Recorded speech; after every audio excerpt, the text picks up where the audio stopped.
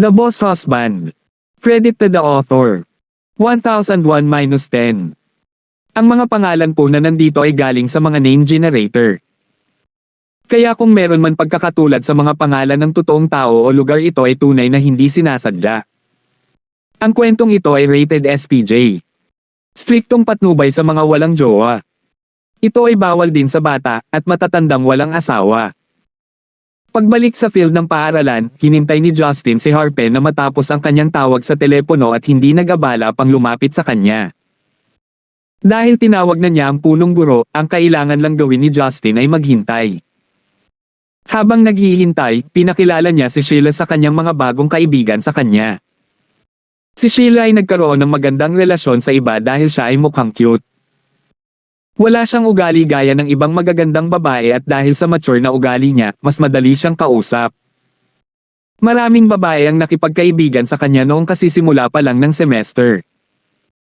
Gayunpaman, natatakot sila sa bayaw ni Sheila kaya nang batiin nila ito, tumayo sila ng medyo malayo sa kanya.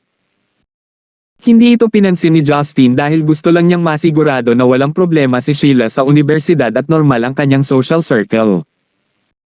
Hanggat masisiguro niya ang dalawang bagay na iyon, hindi magiging sayang ang paglalakbay niya rito. Halos 5 minuto ang lumipas bago nagkagulo ang mga tao. Tila nakatayo sila sa pag-aasam ng isang tao ngunit hindi naglakas loob na magbigay ng liwanag sa pagdating ng tao. Natural silang tumabi at isang buff man ang lumabas sa landas na kanilang ginawa.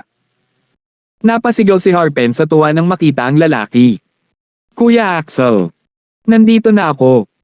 Bumagsak ang mga balikat ni Harpen. Halos 2 metro ang taas ng lalaking tinawag niyang Kuya Axel. Siya ay disenteng tingnan ngunit ang kanyang mga mata ay puno ng pagpatay na layunin. Nakasuot siya ng itim na suit at humakbang patungo sa kanila ng may matatag na mga hakbang. Nanatiling stoic ang kanyang ekspresyon at tumango lamang kay Harpen bilang pagbati. "Young Master, sino ito?" Ito ay isang random ngunit direktang tanong. Itinuro ni Harpen si Justin na nakikipag-usap sa mga babae. "Siya nga. Sinuntok niya ang mga kapatid ko." Kinawian ni Justin ang mga babae ng palm matapos ituro at naglakad patungo sa gitna ng karamihan. Lumakad din ang lalaki pasulong at tinitigan niya si Justin gamit ang mga mata na parang lawin. Napansin niyang kakaiba na kahit na si Justin ay mukhang hindi siya marunong ng anumang martial arts, hindi siya nakatagpo bilang isang tao na madaling makitungo. But then again, hindi niya akalain na matatalo siya. Si Justin, sa kabilang banda, ay nakita ang kanyang mga kakayahan, nagulat siya nang malaman na ang lalaki ay naglilinang din ng panloob na enerhiya. Kahit na siya ay nasa yugto lamang ng hautian, siya ay magiging isang alas sa hukbo. Kaya bakit siya bodyguard ng headmaster? "Axel, ikaw?" tanong ng lalaki. Isang magiliw ngiti ang ipinakita sa kanya ni Justin. Hindi na kailangang makipagpalitan ng kasiyahan sa away. Hindi naman tayo magiging magkaibigan. Kumunat ang noo ni Axel at kumikinang ang mga mata sa excitement. Sa palagay ko ay hindi nakita kailangang labanan. Dapat kang lumuhad at yumuko sa ating young master kung matino ka. Gawin mo o mababali ko ang iyong mga buto. Nagulat si Justin, parang may nakilala siyang mas magaling sa kanya sa harapan. Oh well, wala talaga siyang choice. Hindi makapagsimula ng away si Justin sa isang lalaki na nasa hautian stage pa lang kaya't ikinaway niya ang kanyang daliri sa kanya. "Baka mauna ka, nahihiya akong hampasin ka." Mukhang problemado si Justin. Nagulat si Axel noong unang ngunit agad din itong napalitan ng galit. Hindi niya ito sineseryoso. Binigyan niya siya ng pagkakataon at hindi ito pinahalagahan ni Justin. "Kuya Axel. Go! Patayin mo siya. Hayaan siyang magbuhos ng dugo." Sigaw ni Harpen sa gilid. Para sa kanya, walang mas malakas kaysa kay Axel. Pinandilatan siya ni Axel nang nagninangas na mga mata na agad siyang napatigil. Kumuha siya ng 2 hakbang pasulong at nabasag ang kanyang mga buko sa pag-asa.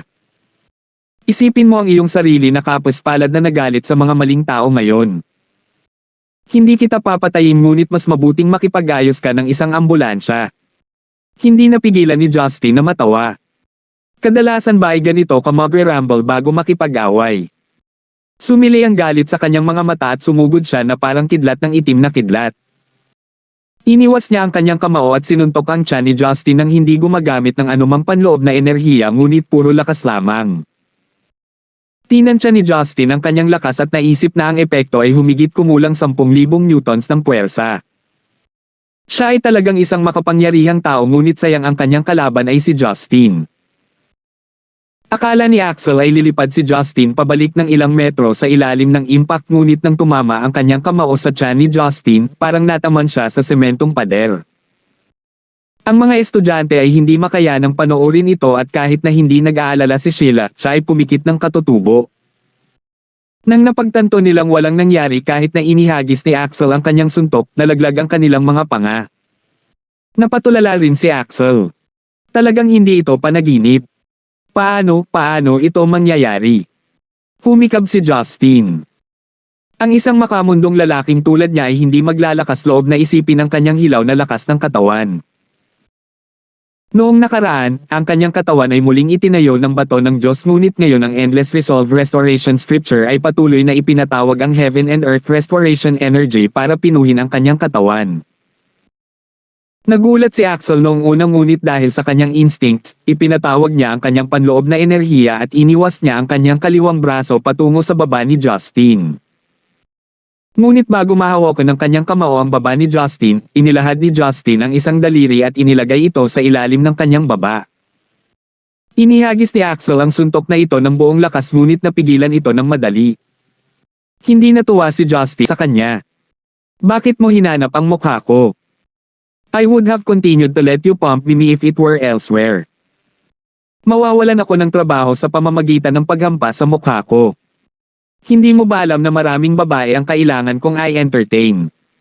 Malapit nang mawala ang mga estudyante nang marinig nila ang kanyang walang hiyang pananalita. Namula si Sheila, sa wakas ay alam na niya kung bakit halos palaging galit sa kanya si Marian. Para naman kay Harpen na umaasa na ipaghiganti siya ni Axel, nasa lupa na siya simula nang bumigay ang kanyang mga paa. Nakaramdam ng hiya si Axel at nang inig ang kanyang katawan sa galit. Pinaglalaruan mo ako. Anong ibig mong sabihin sa paglalaro? Hindi ako interesado sa mga lalaki. Mas malakas ka sa akin kaya bakit ka nagpanggap na hindi? Dahil wala dito ang hinahanap ko, parang Nena si Justin. Napangiti siya bigla nang may naramdaman siyang kung ano. Sige, sa tingin ko nandito siya. Hindi na naghintay pa si Justin kaya hinawakan niya ang pulso ni Axel at pinaikot ito paitaas. Axel naungol. Balihin ko lang ang braso mo dahil sa mga insulto na sinabi mo. Pagkasabi nito, itinapon ni Justin si Axel na para bang siya ay isang metal na bola at hindi isang lalaki na halos 2 metro ang taas. Lumipad si Axel sa field na parang canyon sa kabila ng bigat ng mahigit 100 kilo. Nang malapit na siyang lumapag, 2 nasa katanghaliang gulang na lalaki na nakasuot ng suit ay naglalakad sa iisang direksyon. Guro, mag-ingat ka. Napasigaw si Axel sa himpapawid nang makita niya kung sino ang kakatok niya. Si Welton ay naglalakad kasama si Peter at nabigla sa kanyang narinig. Buti na lang maliksi pa siya kaya nakaiwas siya ng isang hakbang paatros. Anong nangyari? Galit na tanong ni Welton. Nadapa si Axel sa lupa ngunit hindi naman siya masyadong nasugatan dahil matibay ang katawan niya. Mabilis siyang bumangon at ibinalita ang sitwasyon. Guro, nagsanay siya sa mga paraan na hindi ko kayang talunin. Isang bahid ng gulat ang bumungad sa kanyang mga mata. Lumipat siya sa maraming tao at itinoon ang kanyang mga mata kay Justin na nakangisi. Labis na nagulat si Peter. Sa pagkakaalam niya, si Axel ang alas ng mga espesyal na puwersa noon sa distrito ng hukbo ng Jarlingan. Kung hindi dahil iniligtas siya ni Welton dahil sa maling pag-uugali, hindi siya magtatrabaho kay Welton pagkatapos ng kanyang pagre-retiro. Ang kanyang ekspresyon ay naging komplikado nang makita niya si Justin. Sa puntong ito naiintindihan niya ang pakiramdam ng pag-iyak at pagtawa ng sabay. Dad! Isa ka na rin sa wakas. Siya ang nakabangga sa akin. Si Harpen ay tumakbo patungo sa kanyang ama at itinuro ang kanyang namamagang mukha na para bang natagpuan na niya ang kanyang tagapagligtas. Ang ulo ni Welton ay tumitibok habang tinutulak niya ang kanyang walang kwentang anak at mabilis na naglakad patungo kay Justin. Ang kanyang mga mata ay kumikinang sa autoridad at sinabi niya sa isang malalim na boses, alam mo ba kung ano ang mangyayari kung salungatin mo ang angka ng Yale sa Jarlingnan? 1002. Lumapit si Peter para pigilan sila nang makita niya si Welton na haharap kay Justin. Matandang Yale. Itigil mo na. Bakit, sa tingin mo matatakot ako sa kanya? Tanong ni Welton na may madilim na tingin. Hindi ko sinasadyang ganoon. Kung gayon, huwag mong sayangin ang oras ko. Hinayla siya ni Peter pabalik at sinabing may nag-aalalang ekspresyon, huwag mo nang palain ang mga bagay. Siya si Justin. Wala akong pakialam kung siya si Justin o si Justin Gibson. Teka. Ano? Anong sinabi mo? Napuno ng galit ang isip ni Welton kaya natagalan bago maputol ang mga piraso. Ikaw. Tinawag mo siya. Gibson. Justin. Binigyan siya ni Peter ng mapang-asar na ngiti. Hindi mo ba siya gustong makilala? Ngayong humarap na siya sa iyo, Har. Ang lalaking nauna sa kanya ay tagapagmana ng isa sa 4 na pangunahing angkan sa Central City. Nagkatinginan silang dalawa ni Axel at Harpen na may nalilitong tingin, hindi alam kung ano ang nangyari. Isang bahid ng pagkalito ang lumitaw sa mga mata ni Justin at nagtanong siya, Secretary Fang, bakit ka nandito? Tumalikod si Peter at pinakinas ang kanyang suit. Sumibaw lang kanyang mga labi sa isang magalang na ngiti habang sumagot sa kanya, narito ako upang humiling ng leave of absence para kay Tangtang. Nandito si Welton ang punong guro na dati kong kasama sa hukbo. Tumango si Justin bilang pag-unawa at tinanong si Welton, ikaw ang tatay niya. Pinandilatan ni Welton ang kanyang anak at mabilis na naalala ang kanyang sarili. Tumango siya na may magiliw na ekspresyon at sinabi, ang lahat ng ito ay hindi pagkakaunawaan. Young Master Gibson, bakit hindi mo sinabi sa amin noon pa na bibisita ka sa aming universidad? Maghanda sana kami ng isang welcome party. Habang nagsasalita, nagbigay ng senadorya si Welton kay Axel. Naunawaan ni Axel ang kanyang senyales at pinalis ang mga estudyante. Hindi na sila nang ahas na manatili pa dahil kailangan nilang dumalo sa pagsasanay sa militar. Hindi nagmamadaling umalis si Sheila dahil nasa paligid si Justin. Hindi na kailangan iyon. Binati mo ako sa pinakakakaibang paraan, sagot ni Justin. Pero buti na lang andito ka ngayon. I don't need to find you myself. Ngumiti si Welton sa magalang na paraan. Young Master Gibson, sigurado ako na galit ka pa rin sa anak ko. Bakit hindi tayo umupo at mag-usap ng mga bagay-bagay habang umiinom ng tsaa? Siya lang naman ang anak ko, at hindi ka naman nasaktan. Tatay, sinabi niya sa akin na gusto niyang palitan ang punong guro. Bulong ni Harpen sa gilid. Nagbago ang ekspresyon ng mukha ni Welton at kumunat ang kanyang mga kilay nang hindi mukhang nagbibiro si Justin. Young Master Gibson, kahit na iginagalang ko ang angkan ng Gibson, hindi ito isang bagay na biro. Ang aking posisyon bilang punong guro ay napagpasyahan ng sentral na pamahalaan, sabi ni Welton. Sinubukan din siyang kumbansihin ni Peter. Tama. Justin, alam kong nag-overreach siya pero kahit sino ay magagalit kung ang kanilang anak ay natama ng iba. Hayaan mo na lang. Umiling si Justin. Kung hindi dahil sa akin ngayon, si Sheila ay binubuli ng mga gangster sa universidad na ito. Hindi ko malalaman ito. Kung hindi ako sanay, baka nabugbog ako ng masama ng mga followers ng anak mo. Huwag kang magkunwaring hindi mo alam ito. Hindi naman siguro ito ang unang beses na hinuhusgahan niya ang reaksyon mo sa sitwasyon, di ba? Natigilan si Welton, hindi alam kung ano ang sasabihin. Paalisin sana niya si Axel para parusahan ang sino mang hindi gumagalang sa kanya. Kahit na pinili nilang aidmande siya, magduruso lang sila bilang kapalit. Ngunit ang taong nasa harap niya ay si Justin at kailangan niyang umasa sa kanya para sa tulong. Gayon din, ang angklan ay hindi isang madaling target. Ikaw ang pinakamasamang kandidato bilang punong guro. Wala akong pakialam sa iyo kung ikaw ay isang gangster, basta huwag mong abalahin ang mga nakapaligid sa kanya.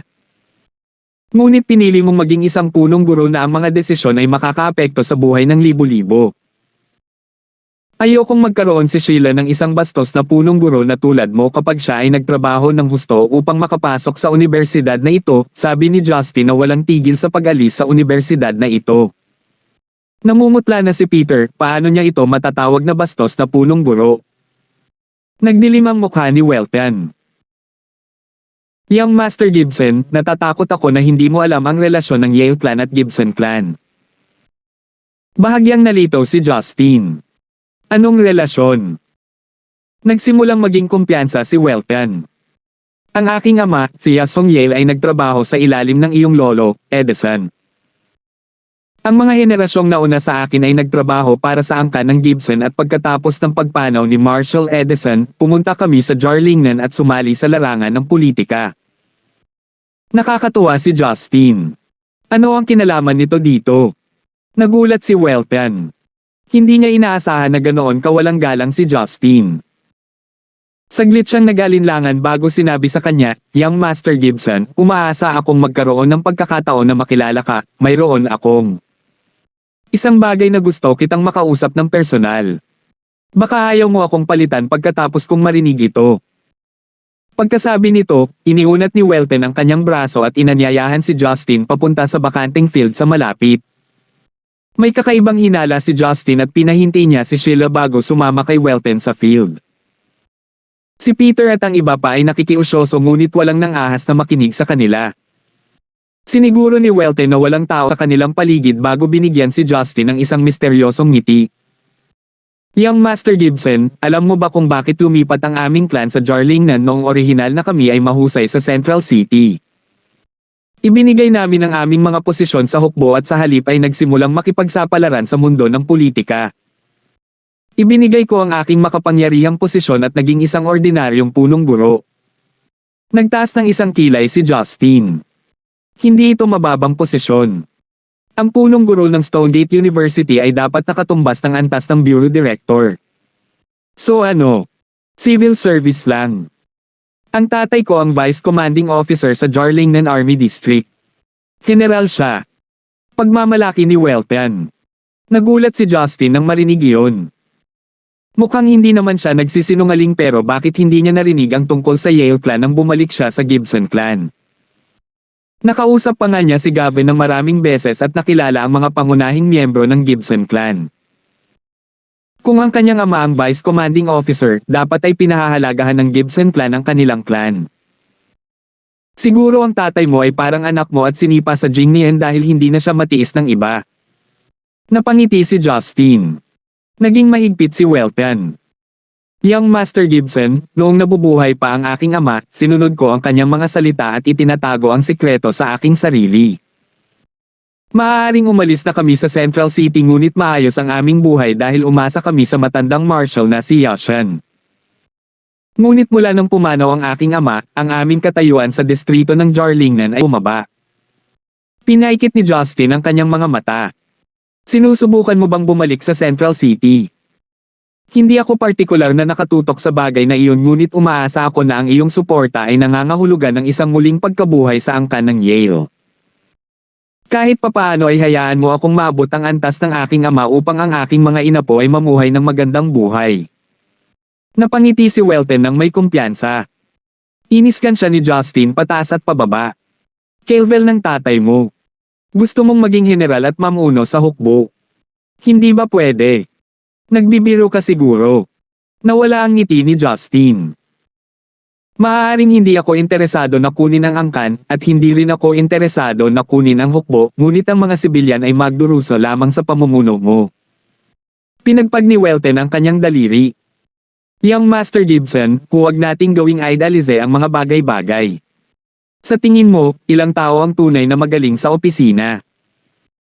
Nakagawa na ako ng makatarungang bahagi ng maruming trabaho ngunit at least ako ay tumaas sa posisyon na ito gamit ang sarili kong kakayahan. Bukod doon, sa narinig ko, si Commander Parley ay wala na.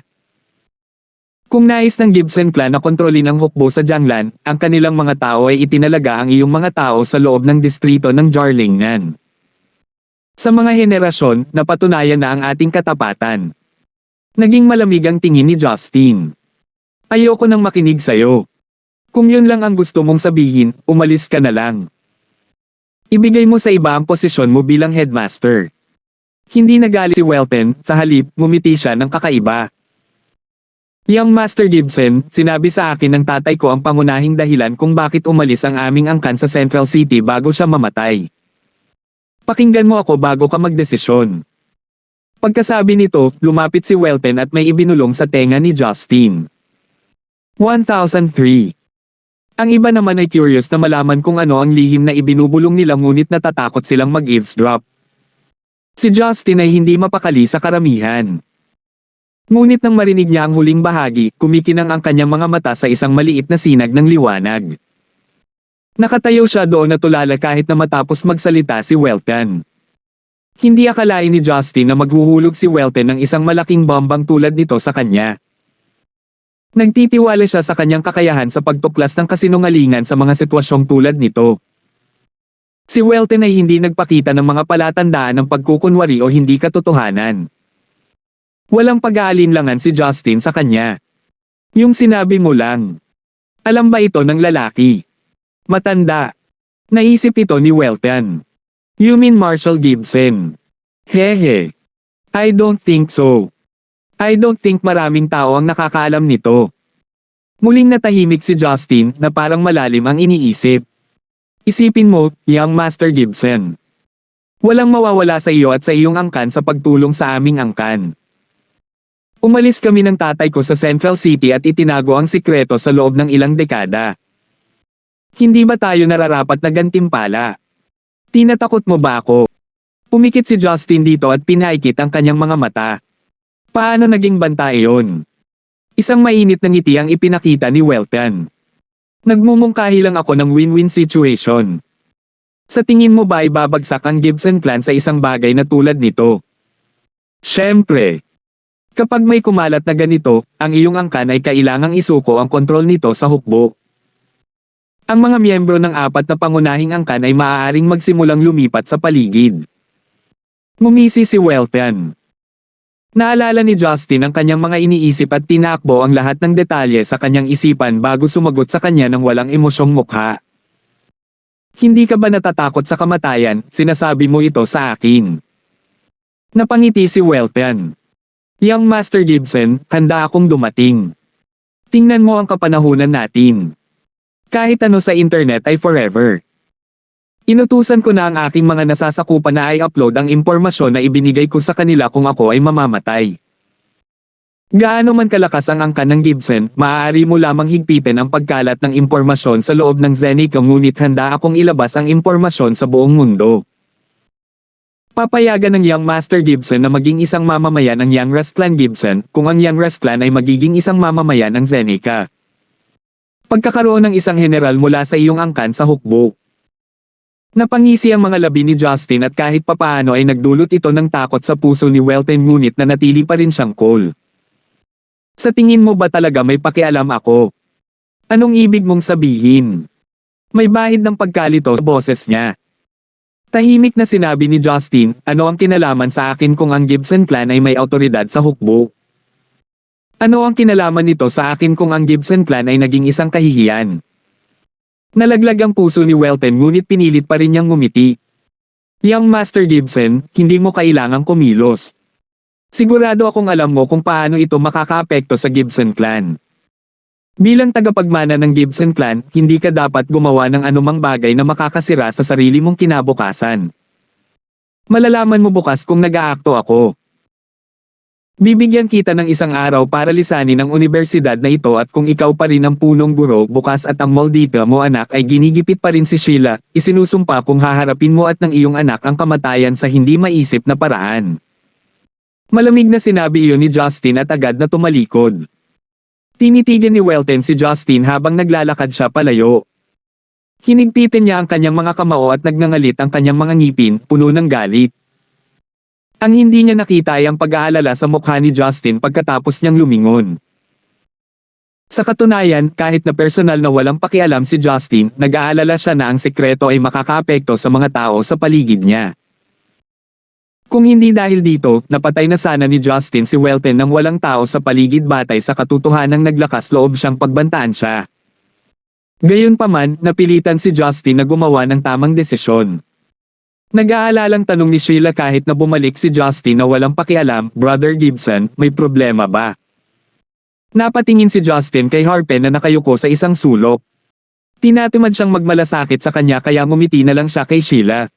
Walang masama. Gusto kong matiyak na may bago kang punong guro bukas. Mapait na ngumiti si Peter sa gilid. Alam kong hindi ka naman makikinig sa akin. Hindi ko alam kung paano ko siya haharapin ngayon. Flat ang tono ng boses ni Justin nang sumagot siya. You better make sure na wala siyang gagawing katangahan. Dapat pamilyar ka sa mga paraan ko sa pagresolba ng conflict. Gulat ang bumungad sa kanyang mga mata at napalunok siya, hindi na naglakas loob na magtanong pa. Lumingon si Justin at sinabi kay Sheila, Tara, pasyalan mo ako sa paligid ng campus mo. Gusto kong tingnan ang mga klase mo at ang cafeteria. Bakit kailangan nating pumunta sa cafeteria? Paano ko malalaman kung sapat na ang iyong kinakain?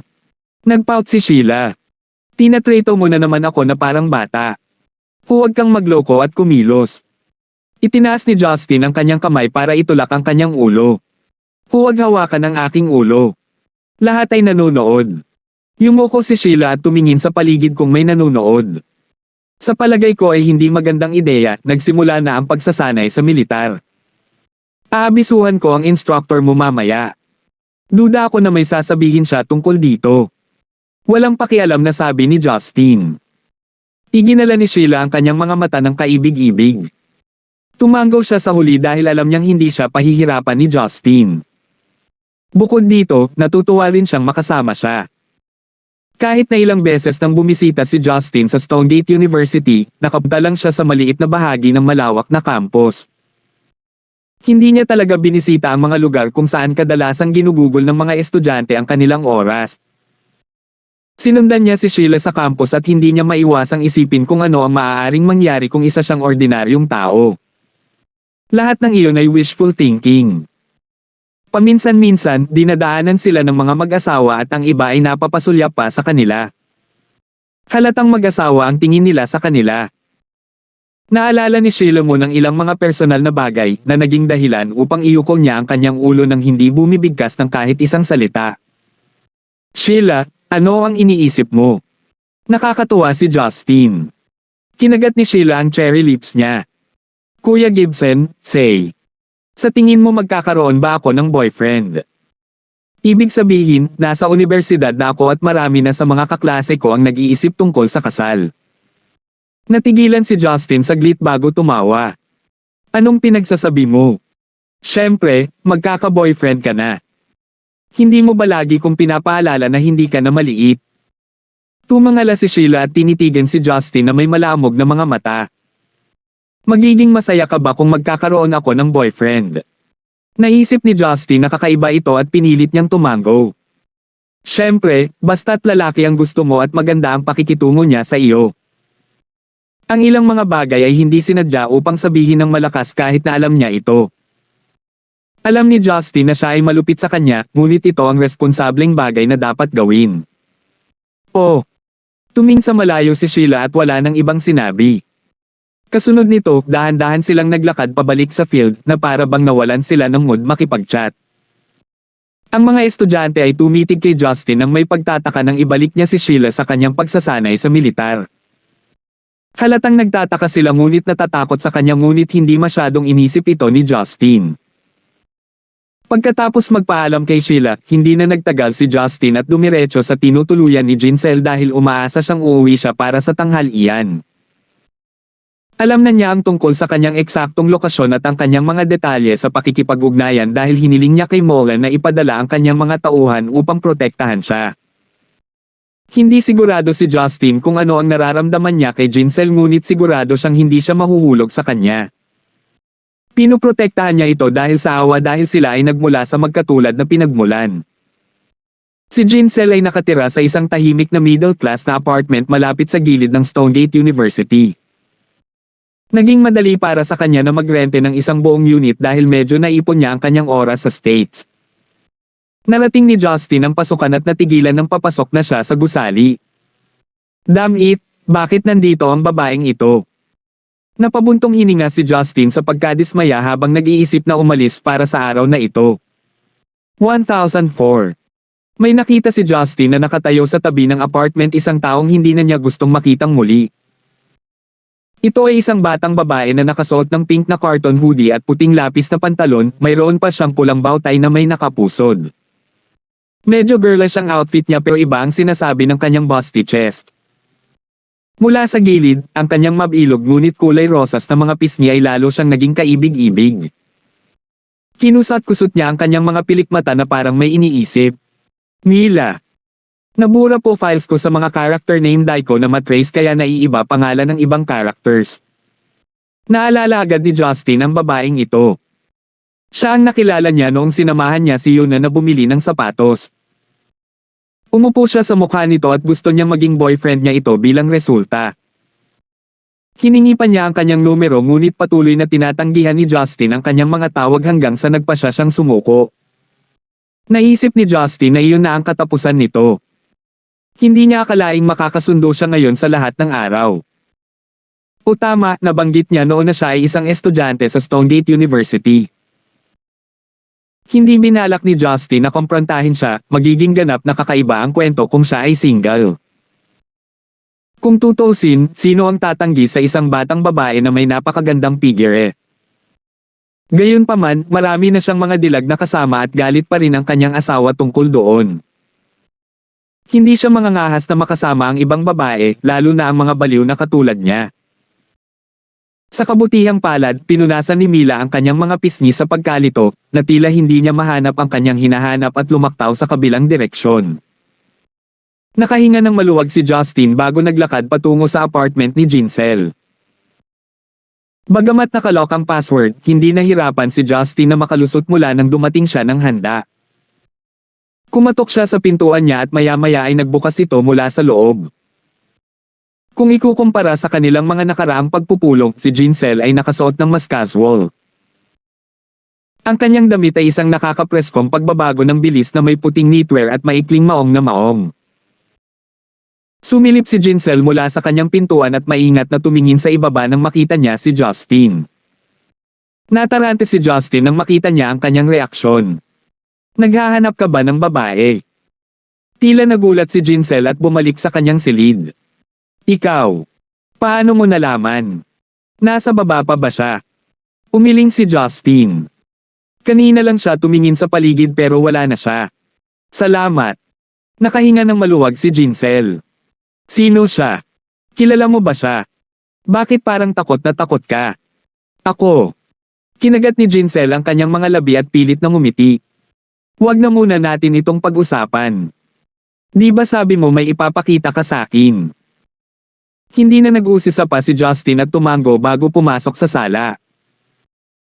Hindi ito isang malaking lugar at medyo simple ang disenyo dahil ito ay sinadya upang maging isang apartment para sa isang tao. Umupo si Justin sa sopa at sinamahan siya ni Jinsel sa katapat na sopa matapos siyang buhusan ng isang basong tubig. Ano ang gusto mong makita ko? Binigyan siya ni Jinsel ng isang mahinang ngiti. Sumama ang pakiramdam ni Justin para sa kanya nang makita niya ang maputlang mukha nito ngunit hindi niya alam kung ano ang sasabihin kaya kinuha niya ang mustard sombrero ring, ang dalawa pang mystical artifact, medicinal pill, at ilang random herbs. Inayos ni Jinsel ang sarili at pinagmasdan ang kanyang mga gamit. Lumawak ang cherry lips niya sa gulat nang mapagtanto niya kung ano iyon. Ito. Saan mo nakuha? Sinabi sa kanya ni Justin ang lahat tungkol kay Charlie Hale, Hanzo at sa dating Hongmeng messenger, Tianyin Mom. Hindi natuwa si Jinsel matapos marinig ang mga nangyari. Napakawalan diya ni Hongmeng.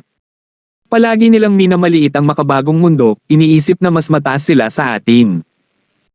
Mga halimaw lang sila na humihigop ng makamundong dugo.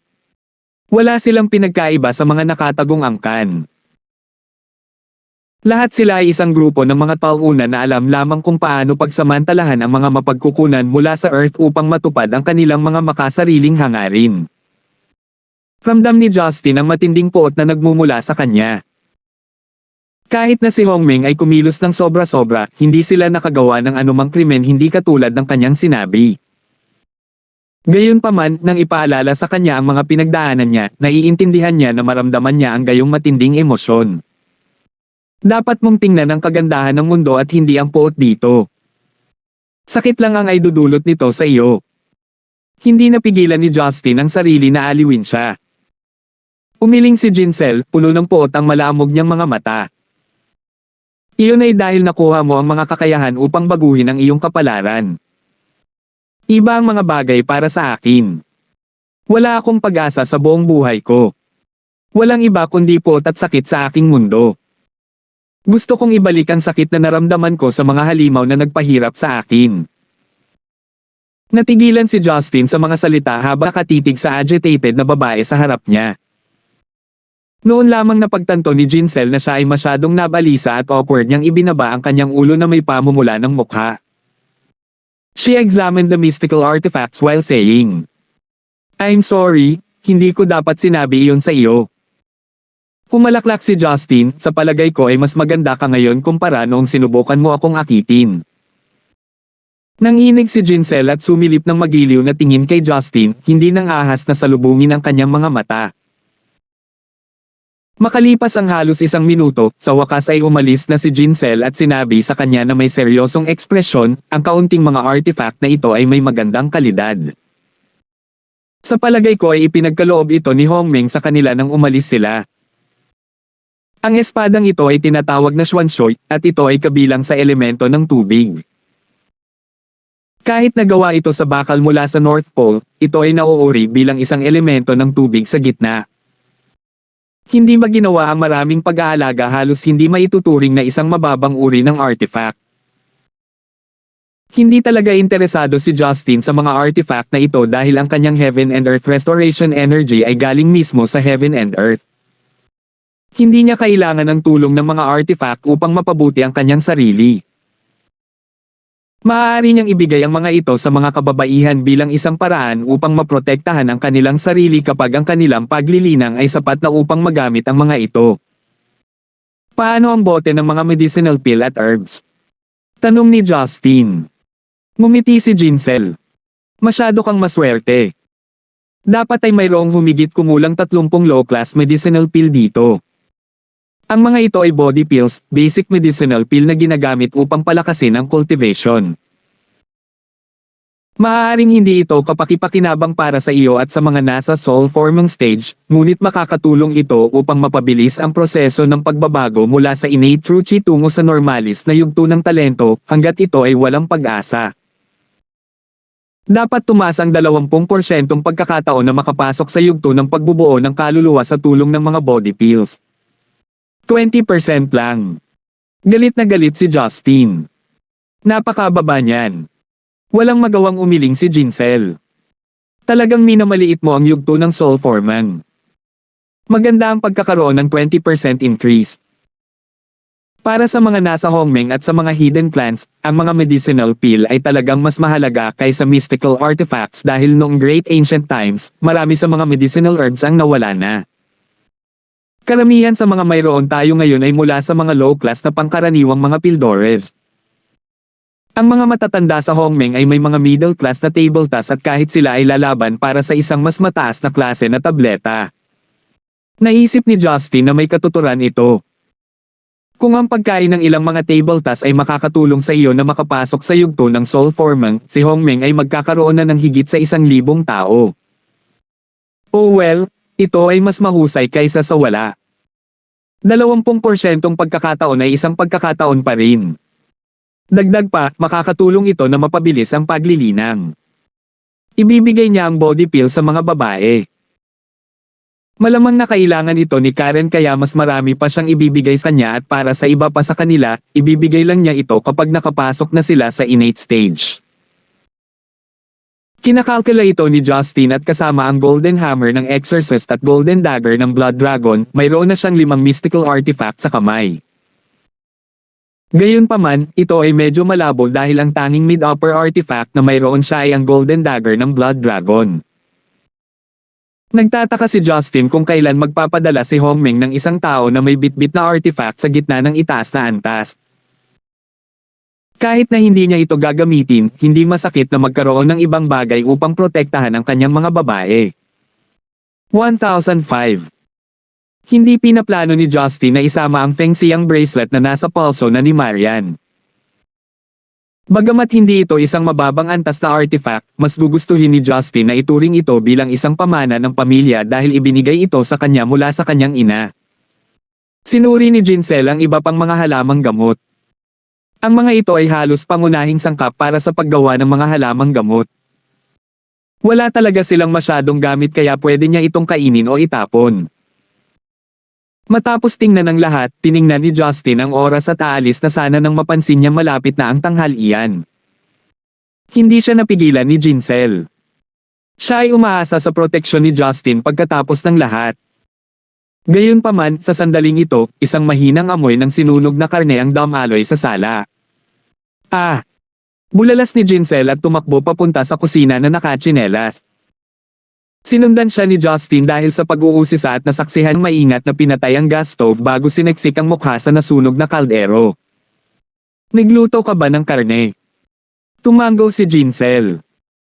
Inilagay ko ito sa kalan bago ka dumating at nakalimutan ko ito noong nagsimula tayong mag-usap. Natuwa si Justin sa kanyang mga kalokohan. Paano ka magiging pabaya bilang isang babae? Ang tawinis mo noong niloloko mo ako sa States.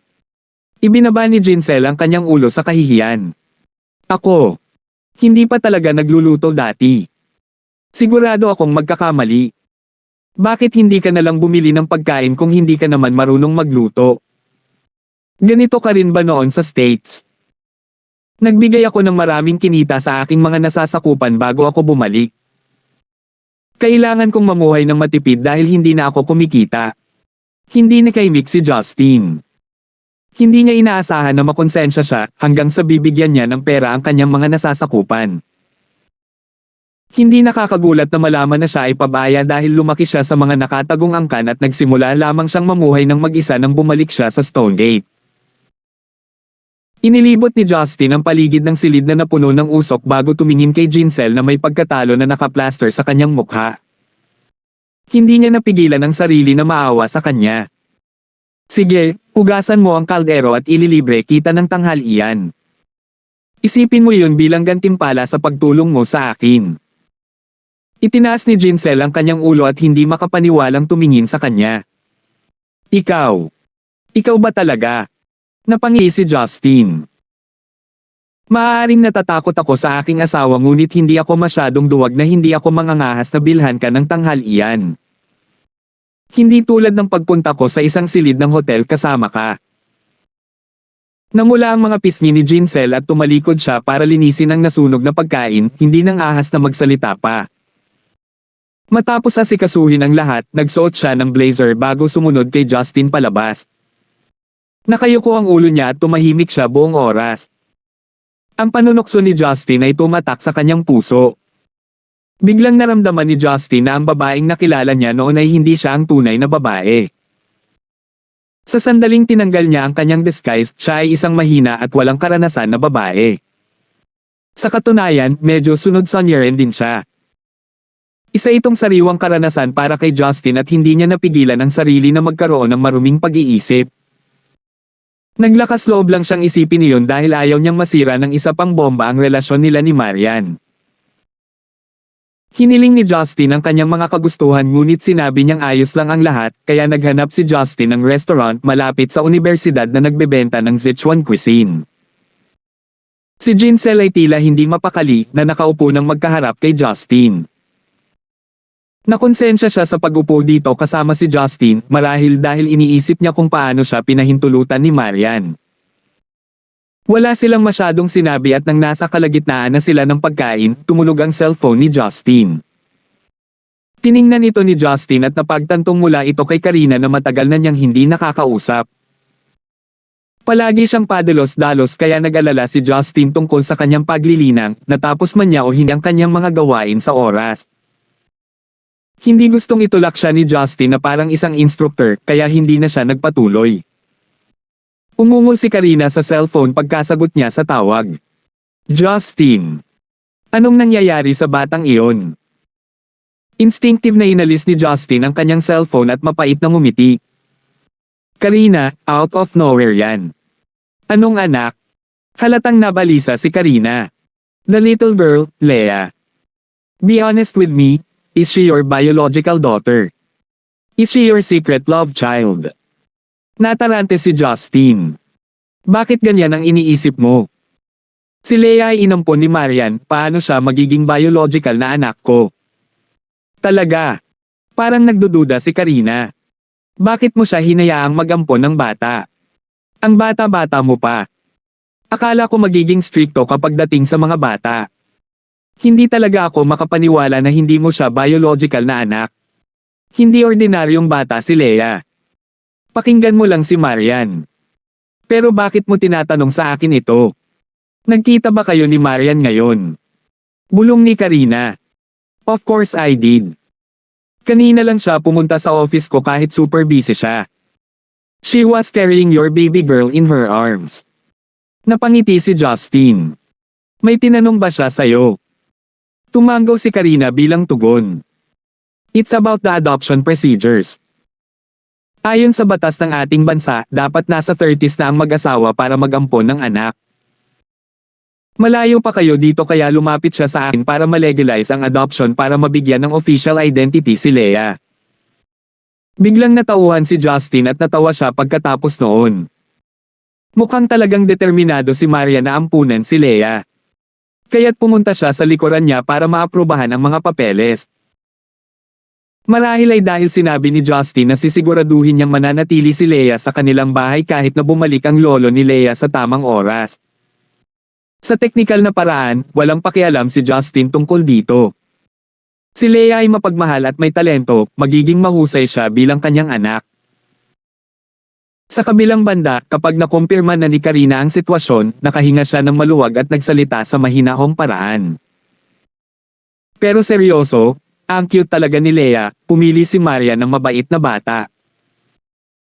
She cheated though, walang mabubuntis and I was hoping to be the first one but she went ahead and adopted a kid. That's cheating. Sumasakit ang ulo ni Justin. Sinong nasa tamang pag-iisip ang magsasabi ng ganito? Maaari ka ring mag-ampon kung gusto mo. Hindi ako tutol dito. Ngumiti ng mapait si Justin. Ayoko. Mas gusto ko ang buhay ko kung ano ito. Mukhang natuwa si Karina sa kanyang sarili. Napag-isipan ko na dahil hindi si Leia ang biological na anak ni Marian, ibig sabihin ay matatawag din niya tayong nanay. Bibili ako ng mga laruan at merienda para sa kanya kapag libre ako sa weekend. Hinaplos ni Justin ang likod ng kanyang ulo at bumaantong hininga sa kanyang mayamang imahinasyon. Paalalahanan na sana siya nito na magtanim ngunit ibinaba na siya nito nang magkaroon ng emergency sa trabaho. Ibinaba ni Justin ang kanyang cellphone na may madilim na ekspresyon at nahuli niya si Jincel na nakatingin sa kanya ng may kakaibang tingin. May dumi ba ako sa mukha? Umiling si Jincel at ngumiti sa mga labi. Pwede ba akong magtanong sa iyo? Sige po. Ilang manliligaw mayroon ka? Hindi mahirap sagutin ang tanong, sa katunayan, nadama niya na ang pagiging mapurol ang tamang paraan. 7, sabi ni Justin. Hindi niya sinama yung mga naka-one night stand niya, sobra na sana yon. Nalaglag ang panga ni Jincel at may bakas ng hinanakit sa kanyang mga mata. Hindi nakakagulat na galit si Miss Lysander sa mga mistress, sobra iyan. Naisip ni Justin ang mga babaeng tinanggihan niya at pinulupot niya ang kanyang mga labi. Maraming beses na tayong nag-away dito, hindi ba natin ito pag-usapan? Matamis na ngumiti si Jincel. Wala lang, mabait kang lalaki kaya understandable kung maraming babae ang nagkakagusto sa'yo. Halos iluwa ni Justin ang kanyang pagkain nang marinig niya ito. Tinakpan niya ang bibig niya na naging dahilan ng pagpipigil ng mga sinabi niya. Ako. Mabuting tao. Ma. Tumanggaw si Jincel. Napakalakas mo pero nangako ka kay Miss Lysander na pwede siyang mag-ampon ng babae bilang panganay mong anak. Ipinapakita nito na mahal mo si Miss Lysander higit pa sa pagmamahal mo sa sarili mo kahit ganoon ang nakikita ko. Masyadong mataas ang tingin mo sa akin. Hindi ako ganoon kagalang. Umiling si Justin. Anyways, ikaw at si Miss Lysander ang pinakamabait na tao na nakilala ko. Bahagyang nahiya si Justin nang makita niya ang tame time nitong titig. Gayunpaman, kailangan niyang aminin na ang kanyang mga salita ay nagpinta sa kanya sa isang bagong liwanag. 1006. Pagkatapos kumain ng tanghalian ng magkasama, naging mas malapit sila kaysa dati ngunit hindi ito napansin ni Justin dahil medyo abala siya sa pag-iisip tungkol sa pagpaparami ng cultivation ng kanyang mga manliligaw. Pinanood ni Justin si Jincel na naglalakad pabalik sa campus at nagmaneho siya pabalik sa Paradise Villa pagkatapos noon. Hindi niya sinusundan ang pag-unlad ng cultivation ni Roslyn. Naisip niya na ito ay isang magandang oras tulad ng anumang at maaari ring ipasa sa kanya ang mga table task. Mula nang huminto si Roslyn sa pagiging pinuno ng Red Thorn Society, ginugol niya ang karamihan sa kanyang oras sa paglilinang. Gayunpaman, taliwas sa inaasahan ni Justin, walang tao sa bahay nang marating niya ang villa nina Roslyn at Talia. Hindi nang ahas si Justin na tanungin si Mullen dahil hindi siya nakatanggap ng anumang alarma, kaya sigurado siyang walang masamang nangyari sa kanila. Inisip ni Justin na tila siya ay walang puso na hindi alam kung nasaan ang kanyang mga manliligaw. Kinuha niya ang cellphone niya at dinial ang number ni Roslyn pero hindi natuloy ang tawag. Kumunat ang noo ni Justin at nag-isip sandali bago ay dial ang numero ni Talia.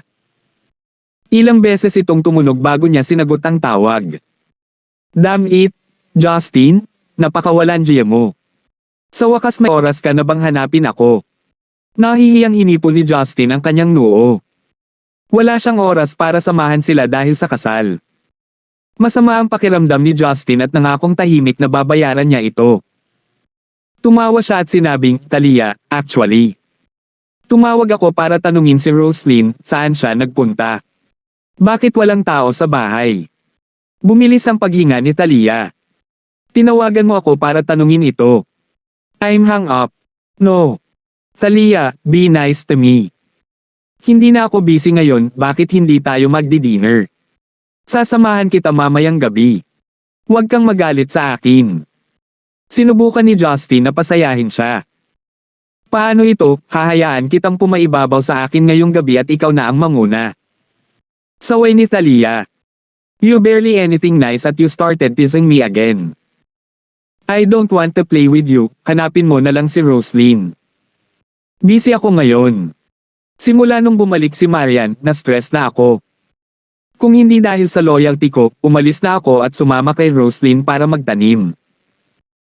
Curious na tanong ni Justin, mahal, alam mo ba kung saan siya nagpunta? Ma'am, sagot ni Talia. Kinabukasan pagkatapos ng iyong kasal, sinabi ni Roslyn na ang kanyang cultivation base ay umabot na sa isang mahalagang punto at kailangan niyang nasa isang tahimik na lugar upang manirahan, kaya nagpunta siya sa isang bayan na tinatawag na Jinshan na nasa hilaga ng Stonegate. Medyo rural ito ngunit maraming mga templo.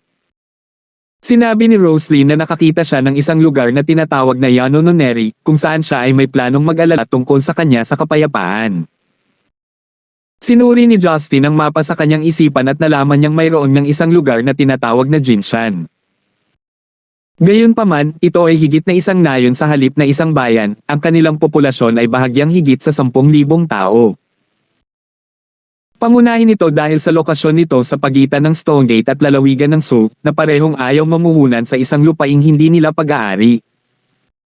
Napakahirap ng nayon sa kabila ng mayamang pangalan nito. Hindi inaasahan ni Justin na magkakaroon ng ganitong kamalayan si Roslyn, pumunta sa rural na lugar para sa isang tahimik na paglilinang.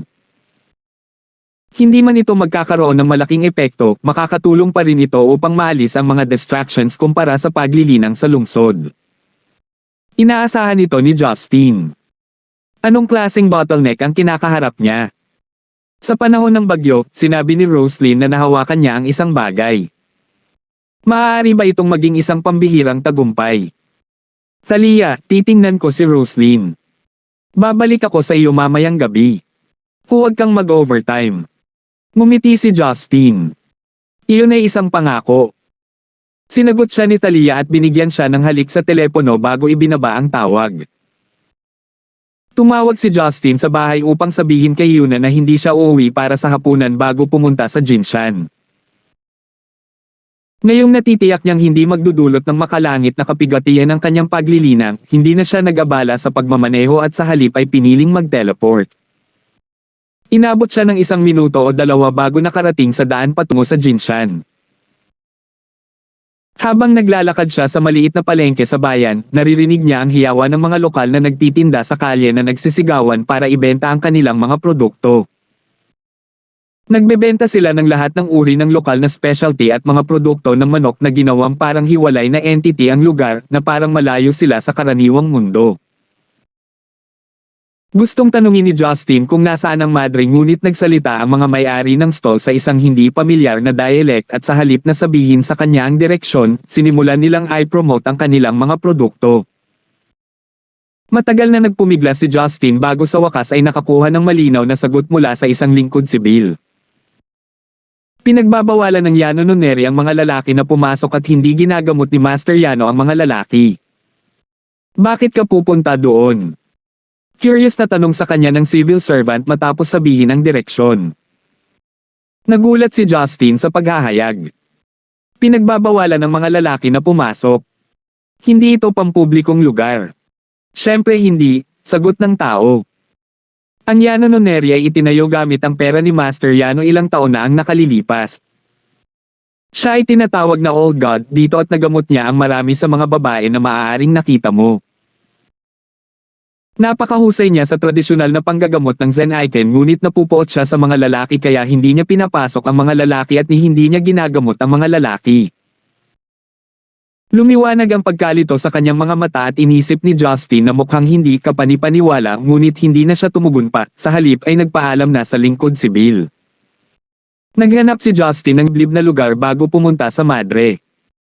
Sa dalawang iglap, nagpakita na si Justin sa labas ng isang madre. Sa ibabaw ng lentel ay may nakasulat na 3 salita gamit ang calligraphy ink. Nakalagay ang Yano no Neri, kaya dapat nasa tamang lugar siya. Ito ay isang makasaysayang gusali na matatagpuan sa hilagang silangan ng bulubundukin. Napapaligiran ng mga puno ng pino ang lugar at habang ang sikat ng araw ay sumisikat sa kagubatan, may mga bitik-bitik na anino ang nakaplaster sa dingding. Ito ay medyo nakaka-relax na lugar, naisip ni Justin sa kanyang sarili habang hinahaplos ng simoy ng taglagas ang kanyang mukha. Nang pinuri ni Justin si Roslyn sa pagpili ng magandang lugar habang papasok sa madre, isang dayuhan ngunit malamig na divine sense ang dumaan sa kanya. Hindi ito napansin ni Justin noong unang ngunit natarante siya nang makausap niya ito. May isang eksperto sa madre na ito. Ang nakakagat na malamig na divine sense ay nadama na mas malakas kaysa sa sinumang nakilala niya mula kay Hongmeng. Malamang na mas malaki ito kaysa sa nakilala niya sa Tangsek. Isang malamig na ungol ang pumasok sa kanyang tenga at bago pa man siya makahakbang sa pinto, isang silhouette na nakasuot ng blue at gray ang hamarang sa kanyang dinadaanan. Isa itong madre na nakasuot ng blue at gray na cotton gown at parang nasa 30 anyos na siya. Wala siyang suot na make-up. Ang kanyang katawan ay hindi busty sa anumang paraan ngunit sa ilalim ng mahabang gown, ito pa rin hinted sa isang kaaya-aya figure. Siya ay may hawak na puting horsetail whisk na may katanji-tanging mga ukit. Hindi ito mukhang karaniwan dahil naglalabas ito ng yin at Gibson aura. Sa teknikal, ang isang horsetail whisk ay dapat pag-aari ng isang Taoist ngunit ito ay malinaw na isang mystical artifact kaya hindi mahalaga kung sino ang may-ari. Sino ka at anong lakas ng loob mong pumasok sa aking madre? Tanong sa kanya ng malamig na madre. Ipinikit ni Justin ang kanyang mga mata para tingnan siya ng malapitan at nalaman niyang nasa tribulation passing stage na ang madre. Gumawa siya ng magaspang na pagtatansya at naisip na siya ay nasa unang bahagi ng kapigatian ng 3 Gibson Fire. Marahil siya ay nasa gitnang yugto, kaya't ang agwat sa pagitan ng kanilang mga kakayahan ay napakalaki pa rin. Si Justin ay wala dito upang magsimula ng isang away, siya ay malamang na isang rogue cultivator at hindi mula sa Hongmeng. Hindi siya dapat kumilos ng padalos-dalos kaya naman ay isang friendly na ngiti ang ipinakita niya rito. Ikaw si Master Yano, tama. Wala akong mali siya, nandito lang ako para hanapin ang babae ko. Balita ko nandito siya para magtanim. Saglit na nag-isip si Yano nang malaman niyang hindi niya nakikita ang kanyang cultivation base. Nangangahulugan ito na ang kanyang cultivation base ay mas malakas kaysa sa kanya o itinago niya ang kanyang cultivation base. Parehong kapanipaniwala at kahanga-hanga. Sa paghusga sa edad ni Justin, naramdaman ni Yano na kahit na ang kanyang cultivation base ay mas mababa kaysa kay Justin, hindi ito magiging malaking pagkakaiba. Kaya naman, hindi siya natatakot sa kanya. Mga babae lang ang pumupunta dito para magtanim. Lalaki ka kaya hindi ka makapasok. Kung gusto mong hanapin ang babae mo, hintayin mo siyang lumabas. Sabi ni Yano. Nakaramdam ng pagkabalisa si Justin sa pagiging hindi pala kaibigan nito sa kanya na minamaliit siya sa pamamagitan ng kanyang tingin. Guro, hindi ako naririto para silipin ang mga babae. Ang iyong lugar ay parang kulungan, ano ba, kahit ang mga kulungan ay nagpapahintulot ng mga bisita. Napakunot ang noo ni Yano nang marinig niya iyon at pinitik niya ng husto ang kanyang horsetail whisk na naging sanhi ng pagdagsa ng espiritual na kapangyarihan na Dom Aloy. How dare you call my nunnery a prison? Tingin mo hahayaan kitang makatakas dahil lang sa hindi ko makita ang cultivation base mo. 1007. Nagulat si Justin sa kanyang masiglang tugon. Hindi siya tumingin o kumilos tulad ng sinumang madre na pamilyar sa kanya. Master, huwag mong intindihin ang aking intensyon. Nandito talaga ako para hanapin ang babae ko. Roslyn ang pangalan niya. Hindi ako nandito para manlinlang ng sinuman. Sabi ni Justin. Nagningning ang mga mata ni Yano ngunit nanatili pa rin siyang matatag. Ang mga disipulo ko lang ang nananatili sa Yano Nunnery, mga madre sila na nakatutok sa cultivation. Wala dito ang babae mo. Nadidismaya si Justin sa paikot-ikot na pag-uusap na ito. Talagang hindi siya nakikinig sa kanya. Ganun na ba talaga siya ka-underestimate sa kanya? Hindi ako maniniwala sa mga salita mo. Kung hindi mo siya pakakawalan, kailangan kong pumasok at ako mismo ang maghanap sa kanya. Pagkasabi noon, lalagpasan na sana siya ni Justin ngunit hinaranggan niya ito gamit ang horsetail whisk. Ang Yano Nunnery ay nagbabawal sa mga lalaki na pumasok. Kung pipilitin mo, hindi ako magpapakita sa iyo ng awa. Parang gusto niyang magsimula ng away. Halos matawa si Justin, iniisip kong ang madre ay inabandona ng isang lalaki noong bata pa siya. Talagang kinasusuklaman niya ang mga lalaki na may hilig. Gayunpaman, hindi nagaksaya ng panahon si Justin dahil kailangan niyang bumalik sa Stonegate sa lalong madaling panahon upang maghapunan kasama si Talia. Hindi niya pinansin si Yano at sa isang iglap, nilampasan siya nito at pumasok sa harapan. Si Yano ay sumigaw sa kanya, nakikita kong pinili mo ang kamatayan. Harapin ang aking tayi horsetail whisk. Kasunod nito, tumalikod si Yano at kahit papaano ay humaba ang kanyang horsetail whisk, dumiretso sa lalamunan ni Justin. Maging ang pinakamasunurin na tao ay magagalit sa kanyang mga aksyon, lalo pa si Justin na hindi madaling pontirya. Namumuuna sa kanya ang pagpatay na layunin. Wala man lang siyang pakialam kung anong uri ng artifact ang horsetail whisk at wala rin siyang pakialam sa material. Itinaas ni Justin ang kanyang kamay at sasaluhin na sana ang horsetail whisk ngunit nahawakan niya ito, nagsimula itong umikot sa kanyang braso. Sobra mong tinansya ang sarili mo. Ngumisi si Yano at nagpatuloy sa pagtawag ng mas maraming truyuan na naging sanhi ng malamig na aura na mapuno ang buong bakuran. Ipinatawag ni Justin ang Endless Resolve Restoration Scripture at ang Heaven and Earth Restoration Energy para protektahan ang kanyang katawan. Sinubukan niyang tanggalin ang mahabang buhok ngunit imposibleng gawin ito. Ginawa iyon para mas lumaban siya, lalo itong humigpit. Bukod doon, sila ay napaka-flexible at maaaring lumago ng mas mabilis sa pamamagitan ng pagsipsip ng mga espiritual na kapangyarihan. Sa paglipas ng panahon, ang mahabang buhok sa braso ni Justin ay nagsisimula ng bumalot sa kanyang katawan at mga binti kahit na umaasenso patungo sa kanyang leeg at ulo. Patuloy kang magpumiglas. Kahit anong pilit mo, lalo lang itong hihigpit. Ang mga lalaki ang pinakamasama. Papatay ako ulit para maalis ang peste na tulad mo. Habang sinasabi iyon, isang malamig na bugzo ng espiritual na kapangyarihan ang lumabas sa horsetail whisk. Marahil ay may kinalaman ito sa kanyang paglilinang. Hindi lang siya nagpaplanong crush siya, kundi pinaplano rin niyang palamigin siya sa proseso. Si Justin ay nagdurusa, nakagapos dahil sa kanyang kapabayaan. Nagalit siya nang marinig niya iyon. Ayaw niyang pakawalan ang babae niya at gusto pa niyang patayin. Kahit na hindi siya maawang tao at madalas din siyang pumatay, ibang kwento kapag may nagtangkang patayin siya. Habang ang nagyayalong malamig na Truyuan ay malapit ng salakayin ang kanyang meridian, si Justin ay nagmamadaling tinawag ang enerhiya mula sa langit at lupa at pinasiklab ang Nanmingli Fire sa kanyang paligid. Isang bola ng gintong pulang apoy ang lumitaw ng wala saan. Malakas itong nasunog at binalot si Justin sa loob nito. Ang mahabang balahibo ay tila natatakot sa nakakapasong makalangit na apoy at ito ay umatras matapos masunog ang malaking bahagi nito. Nanmingli Fire. Bulalas ni Yano at napaatras ng ilang hakbang matapos kunin ang Tai Horsetail Wisp. Nasa unang bahagi pa siya ng 3 Gibson Fire at nakatiis siya ng 3 pag-ikot ng makalangit na pagdurusa ng Nanmingli Fire. Sa makatuwid, lubos siyang pamilyar sa makalangit na apoy. Naranasan ni Yano ang pagkawala ng 3 mystical artifact para lang malagpasan ang makalangit na kapigatian. Nakalunok pa siya ng maraming pildores at halos hindi makalusot dahil sa matinding pinsala. Kahit na hindi ito eksaktong apoy sa langit na kanyang hinarap sa kanyang makalangit na kapigatian, ito pa rin ang aktwal na apoy ng Nanmingli, kung iisipin kung gaano ito kalakas at kung paano ito nagninangas ng maliwanag. Iniluwa ni Justin ang nasunog na balahibo at nagmura habang tumatalon-talon. Dugong madre, hindi man lang tayo magkakilala at sinusubukan mo na akong patayin. Walang oras si Yano para pakialaman ang kakaibang loika ni Justin.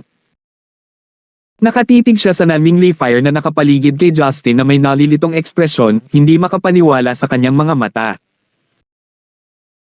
Kahit na narinig niya ang tungkol sa mga cultivator na kayang kontrolin ang Nanmingli Fire, Koi Water, at ilang iba pang mababang antas ng makalangit na apoy, sila ay mga taong makapangyarihan sa lahat sa huling bahagi ng yugto ng Tribulation Passing. Mayroon silang hindi karaniwan na mga pamamaraan ng paglilinang at maraming mga high-level na mystical artifact na makakatulong sa kanila. Hindi kaya nasa late phase ng Tribulation Passing stage ang binatang ito na nasa harapan niya. Kung hindi, paano niya nagawang ipatawag ang isang masunurin na Nanmingli Fire para protektahan siya sa isang simpleng kilos lamang? Walang pakialam si Justin sa kanyang reaksyon at kinokontrol ang Nanmingli Fire upang maging apoy na dragon, na tinawag ito patungo kay Yano. Napatalon si Yano sa gulat at iwinagayway ang kanyang Tai Horsetail Wisp para gumuhit ng Tai Chi 8 trigrams. Marahil ito ay isang defensive formation na natagpuan na sa Horsetail Wisp.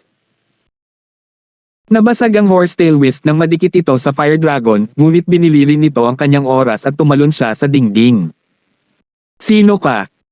Sa wakas ay napagtanto ni Yano na wala siyang kakayahang patayin ang binatang ito. Nawala ng mood si Justin na magsalita pa at itinaas niya ang kanyang kamay na may madilim na ekspresyon. Sa likod ni Yano ay isa pang apoy na dragon na gawa sa Nanmingli Fire at pumunta ito sa kanya habang umaatungal. Mabilis na tumalon si Yano at dumapo sa isang sulok habang nakatitig sa 2 Fire Dragon sa itaas niya na may gulat na ekspresyon. Sanay na si Justin sa pagkontrol sa pinakapangunahing Nanmingli Fire at kahit na mas mahina pa siya kaysa sa misteryosong matandang lalaki. Ito ay higit pa sa sapat upang talunin ang isang magsasaka na tulad niya. Bakit, natatakot ka ba? Huli na, sabi ni Justin at ang buong katawan niya ay napapalibutan ng Nanmingli Fire, sinugod niya si Yano na parang nagninangas na bola. Hindi akalain ni Yano na si Justin ay napakahusay sa pagkontrol sa Lee Fire na nakakapagpalit ng mga pag-atake sa ganoong pagkalikido. Hindi siya nang ahas na hawakan ng makalangit na apoy at naiwasan lamang niya ito. Ngunit ipinagpatuloy ni Justin ang kanyang lakad. Patuloy siyang lumapit sa kanya na parang siya ay isang mandaragit na tinutokso ang kanyang biktima. Dinilaan ng sparks ang mahabang gown niya at marami na itong black holes. Bitter si Yano sa katotohanang sinasadya niya ito. Habang hinahabol niya siya upang patayin siya, ang 2 dragon na apoy ay nagpapalipat-lipat sa pagitan ng mga bahay. Ang pader at mga bahay ay gumuho sa malalakas na kalabog na nagpanginig sa galit ni Yano. Atake me! Bakit mo sinira ang madre ko? Sigaw ng madre. Na-corner siya ni Justin gamit ang nagliliyab na mga paa at tumawa habang sinasabi, hindi mo ako pinapasok kaya kailangan kong sirain ang iyong mga bahay para hanapin ang aking babae. Wala kang kahihiyan. Hehe, kakampi ko sa kawalang katarungan mo. Si Justin ay nakatayo sa itaas ni Yano na parang isang Diyos ng digmaan na naliligo sa apoy, binubugbog siya habang sinusubukang ipagtanggol ang sarili gamit ang horsetail whisk.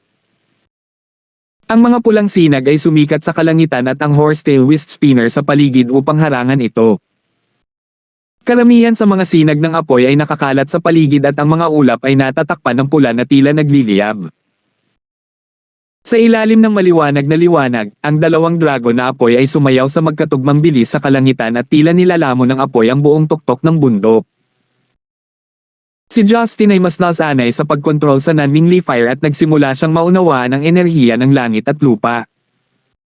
Nakikinabang siya sa bawat piraso nito. Isinasaalang-alang ang agwat sa pagitan ng mga kakayahan, si Yano ay patay na ngayon kung hindi dahil sa tiny horsetail whisk na nagpoprotekta sa kanya. Pinananatili siya ni Justin sa kanyang mga daliri habang ginagamit niya ang kanyang banal na sentido sa paghahanap sa bawat silid, sinisilip ang mga babaeng disipulo na nag-aagawan pabas ng mga bahay dahil sa mga dragon na apoy. Nakasuot sila ng mga simpleng damit na maaaring may mga sombrero sa kanilang ulo o iniwan ang kanilang buhok. Nagsisigawan sila habang sinusubukang tumakbo mula sa naglalagablab na apoy. Sa gitna ng karamihan, isang babae ang lumabas sa isa sa mga silid at nanatiling tahimik bago tumangala sa langit ng tahimik. Rose! Natuwa si Justin. Kinulayan ng pula ang ibaba ng buhok niya at matangkad siya pero may busilak pa. Ang kanyang makintab na mukha ay puno ng malamig na pagmamataas, si Roslyn ang hinahanap ni Justin. Si Yano ay mukhang lubos na miserable, sinusubukang iwasang mahuli ni Justin. Baka sa mga mata niya ang gulat at pag-aalala nang makita niya si Roslyn. Gayunpaman, mabilis niyang napagtanto na hindi niya mapigilan si Justin. Sa katunayan, ang dahilan kung bakit hindi pa siya nasusunog ng non-wingly fire ay dahil hindi pa ginawa ni Justin ang lahat para patayin siya. Kung isasaalang-alang kung gaano siya kahusay sa pagkontrol ng apoy, kaya niyang lumabas ang isang malaking bola ng leaf fire sa kanyang harapan sa loob ng isang segundo. Paano niya ito maiiwasan? Walang mood si Justin na alalahanin si Yano. Nawala ang katawan niya sa langit at muling nagpakita sa harap ni Roslyn. Agad ding naghiwa-hiwalay ang dalawang nagbabantang fire dragon mula nang matagpuan niya si Roslyn na nagpabuntong hininga sa mga madre. Nangakmang yayakapin siya ni Justin sa matagal na panahon na hindi siya nakikita, napagtanto niyang napuno ng kawalang interes ang kanyang tingin. 1008. Ang kanyang kawalang interes ay hindi nagmula sa pakikipagkilala sa isang hindi pamilyar na lalaki. Ibang-iba lang ito sa kanyang karaniwang malambing na titig nang magkita sila. Parang kakilala lang niya. Nadurog ang puso ni Justin. Paano siya nagbago ng ganito sa loob lamang ng ilang araw? Nang matingnan siya ng maigi, nalaman ni Justin na ang kanyang tingin ay guwang.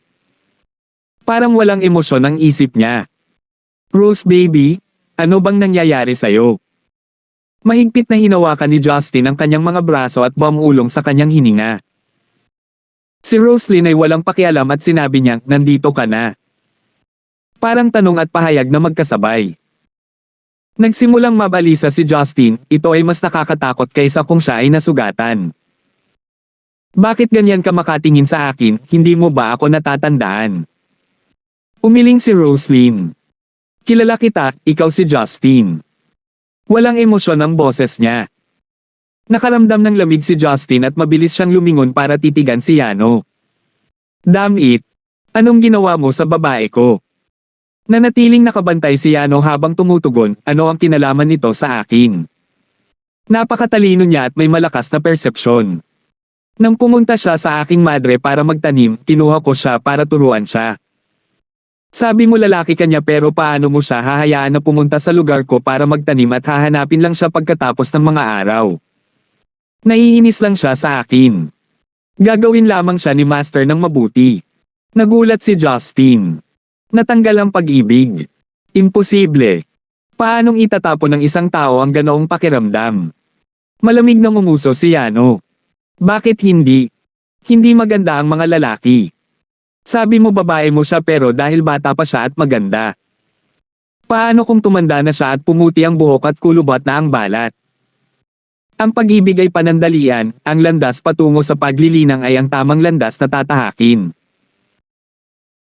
Kung talagang gusto mo siyang magtagumpay, hindi ka dapat pumunta rito at magdulot ng kaguluhan sa kanya. Ang bilis ng paglilinang ay 3 beses na mas mabilis na idulot mo na sa kanya ang pinsala. Balak mo pa bang pigilan siya sa paglilinang? Umalis ka sa daan ko. Galit na galit si Justin at nagluwalhati siya ng may intensyong pumatay. Ginawa mo ang babae ko sa isang walang emosyong puti at nang ahas kang magbulalas ng katarantiduhan.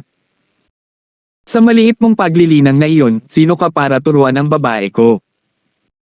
Duguan kang babae, itinapon ka ng isang lalaki at hindi mo tinanggap iyon. Galit ako sa mga bastos na tulad mo, duwag ka. Ikaw. Anong sabi mo? Umakyat ang dugo sa mukha ni Yano at ang kanyang mga mata ay puno ng hangarin na pumatay. Hindi siya natakot ni Justin at sa halip ay tumingin siya kay Roslyn ng may pagsisisi. Walang buhay ang kanyang tingin habang pinakikinggan ang malumanay nitong boses.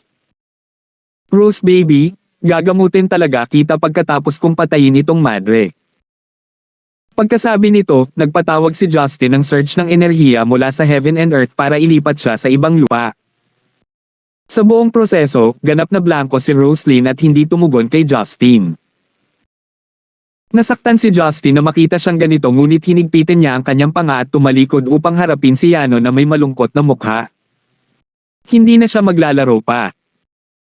Naramdaman ni Yano ang matinding pang-aapi na pumupuno sa mga bundok at nakatayo pa rin siya kahit na halos hindi na siya makahinga. Ang pagkakaiba sa pagitan ng kanilang mga cultivation base ay malinaw sa araw. Si Justin ay humakbang pasulong ng may nakolektang paraan at ang Heaven and Earth Restoration Energy ay nagsimulang maging abala na nagdulot ng marahas na ripples na nabuo sa buong bundok. Ang Nanmingli Fire ay muling lumitaw ngunit sa pagkakataong ito, sila ay nagsanib sa isang dagat ng apoy. Si Yano ay napaliligiran ng apoy na walang ganap na paraan palabas. Si Justin ay nakakulong sa kanya gamit ang kanyang banal na kahulugan at kahit na sinubukan ni Yano na tumakas, si Justin ay palaging mas mabilis kaysa sa kanya. Wala siyang pagkakataon laban sa kanya. Galit na tumingin si Yano sa paligid. Hindi niya alam na pinipigilan ni Justin ang kanyang kakayahan kanina. Lahat ng galit niya ay napalitan ng takot. Hahayaan kitang mamatay ng mapayapa kung ibabalik mo ang aking babae o mapahamak. Malamig na sabi ni Justin. Nagnganga ang mga ngipin ni Yano. Lumapit ka sa akin kung maglakas loob ka. Hinding-hindi ako susuko sa demonyo. Devil. Ngumuso si Justin. Ang galing mo talaga sa pagbibigay sa akin ng mga palayaw. Wala na siyang balak mag-aksaya pa ng oras. Malamang naging ganito si Roslyn dahil sa ilang kasulatan o gamot, sigurado siyang mapapagaling niya si Roslyn gamit ang Endless Resolve Restoration Scripture niya. Kasuklam-suklam na tao ang matandang madre na ito, anong lakas ng loob niyang gumamit ng hindi makatao na paraan para tanggapin si Roslyn bilang kanyang disipulo.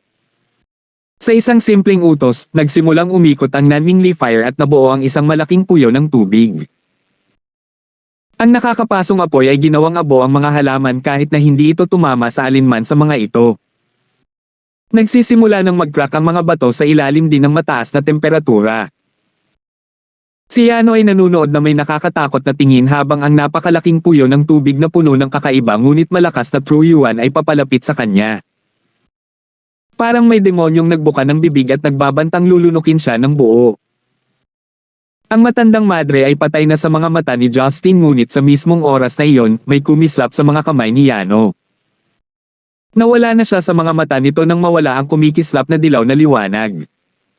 Nagulat si Justin. Hindi niya inaasahan na magkakaroon ng paraan si Yano para makatakas. Obvious naman na nagkukunwaring overwhelmed siya. Si Justin ay nagmumura ng katutubo at nahulaan lamang na mayroon siyang isang uri ng artifact na tutulong sa kanya. Pinalawak ni Justin ang kanyang divine sense upang maghanap sa paligid ngunit sumuko siya nang hindi niya mahanap ang kanyang kinaroroonan. Tama talaga ang hula niya. Ginamit ni Yano ang kanyang nag-iisang earth element paper talisman. Ito ay minana mula sa Great Ancient Cultivators, kaya ito ay isang napakahalagang single-use artifact. Kung hindi dahil sa kanyang espesyal na background, hindi siya makakaligtas sa nakalipas na araw. Binawi ni Justin ang dagat ng apoy at nang magawa niya iyon, ang madre ay malapit ng masira. Ang mga babaeng disipulo ni Yano ay nakatakas pababa ng bundok kaya wala talagang nasugatan. Lumitaw si Justin sa tabi ni Roslyn at hinawakan ang kanyang kamay. Ang pakiramdam ng pagkondena sa sarili ay napuno ng kanyang isip habang tinitingnan niya ang kanyang nalilitong ekspresyon. Rose baby, tingnan ko kung anong masamang spell ang ginawa niya sa iyo. Pagkasabi nito, sinimulan niyang hanapin ang kanyang katawan gamit ang kanyang banal na sentido samantalang si Roslyn ay nakatitig sa kanya na may nalilitong ekspresyon. Justin, ayos lang ako. Nasaan ang aking guro? Hindi mo siya amo, sagot ni Justin sa kanya na may paos na boses. Iniangat ni Roslyn ang kanyang ulo sa galit na paraan. Nakatuon si Justin sa paghahanap sa bawat isa sa kanyang mga meridian at laking gulat niya nang makita ang isang bagay na hindi niya napagtanto kanina. Ito. Rose baby, kailan tumaas ng husto ang iyong internal energy at cultivation base? Hindi maitago ni Justin ang kanyang pagkagulat. Ang kanyang true chi ay nag-build up to the point na malapit na siyang makapasok sa innate stage kahit ilang araw pa lang mula nang huli silang magkita. Para siyang naglilinang ng mahigit 20 taon. Internal na enerhiya. Natarante si Roslyn. Hindi ko alam. Araw-araw akong nilinang. Napabuntong hininga si Justin. Alam niya na kahit na si Roslyn ay nag-cultivate ng mag-isa gamit ang pinakamahusay na paraan ng paglilinang, imposible pa rin itong bumuti sa ganoong kaikling panahon, lalo na kapag hindi siya umiinom ng kahit anong medicinal pill. Ang tanging posibleng paliwanag ay isang pagpapahusay sa kaharian. Nangyari kaya ito sa panahon ng thunderstorm kung saan sinabi ni Roslyn na tila nahawakan niya ang ilang konsepto ngunit mabilis itong lumipas bago niya ito lubos na maunawaan. 1009. Pagdating sa cultivation, ang enlightenment ay nagbunga ng mas magandang resulta kaysa sipag lamang. Ito rin ang dahilan kung bakit nilalabanan nito ang pangkalahatan na gagantimpalaan ng langit ang mga masisipag, sinasalungat niya ang langit. Malamang na natagpuan ni Roslyn ang kanyang sariling Tao na naging sanhi ng kanyang true chi na naipon ng husto sa panahon ng cultivation. Natitiyak ni Justin na makapasok si Roslyn sa yugto ng innate sa isang araw kapag binigyan niya siya ng 2 body pills. Sa paghusga sa kanyang bilis, ang konseptong nahawakan niya ay hindi pangkaraniwan. Ang kanyang pinaka-prioridad bagaman ay ang tulungan siyang makabangon. Hindi siya maaaring manatili sa kanyang kasalukuyang estado tulad ng isang manika na walang kaluluwa. Hinawakan ni Justin ang kanyang kamay at ipinagpatuloy ang paghahanap ng mabuti sa kanyang utak. Sa gitna ng paghahanap, may nakita siyang kakaiba. May kakaibang patak ng True Yuan malapit sa kanyang Baihui-Akia point. Sa paggamit ng hindi kilalang gamot, nanatili ito roon at naapektuhan ang kanyang nerbiyos. Ito ay malinaw na isang baluktot na pamamaraan na ginamit upang kontrolin ang isip ng isang tao. Dapat ito ay walang iba kundi ang madre. Sinabi niya na gusto niyang kunin si Roslyn bilang kanyang disipulo ngunit tiyak na natuon niya ang kanyang mga mata sa bilis ng cultivation ni Roslyn. Malamang na gusto niyang makuha ang paraan ng paglilinang na ibinigay niya kay Roslyn. Nakakainis na huli na siyang pumunta rito at nagtaka si Justin kung nagawa na niya ito. Kung sakaling makita siya muli, ito na ang huling pagkakataon na hahayaan niya itong makalagpas sa kanya. Hindi alam ni Justin na plano ni Yano na gawin iyon. Mula sa sandaling pumasok si Roslyn sa madre, sinisikap niyang malaman ang tungkol sa pamamaraan ng paglilinang ni Roslyn. Sa kasamaang palad, pinutol siya ni Justin bago niya ganap na makontrol ang isip ni Roslyn. Ngayong nalaman na ni Justin ang dahilan, madali para sa kanya na alisin ito. Pagkatapos ng lahat, ang cultivation base ni Yano ay mas mahina at ang kanyang Endless Resolve Restoration Scripture ay ang pinakamahusay sa pag-alis ng mga lason at pagpapagaling ng iba. Kailangan lang niyang mag-ingat dito. Rose baby, bakit hindi ka umidlip? Kinailangan siyang patumbahin ni Justin para pigilan siyang kalikutin ang kanyang true chi dahil tulalo pa rin siya at baka hindi siya makinig sa kanya. Niyakap niya ito at sinimulang linisin ang true yuan at gamot na malapit sa kanyang byway acupoint. Iniisip ni Justin kung anong paraan ng paglilinang ang ginamit ni Yano. Tiyak na hindi ito isang ordinaryong nakikita kung paano malamig at siksik ang true yuan sa acupoint ni Roslyn. Nakalulungkot na hindi malakas ang kanyang perception kung hindi sana hindi siya naipit sa Three Gears on Fire. Kinailangan ng isang oras ng buong konsentrasyon para maalis ni Justin ang lason at ang nagyayelong true yuan sa katawan ni Roslyn.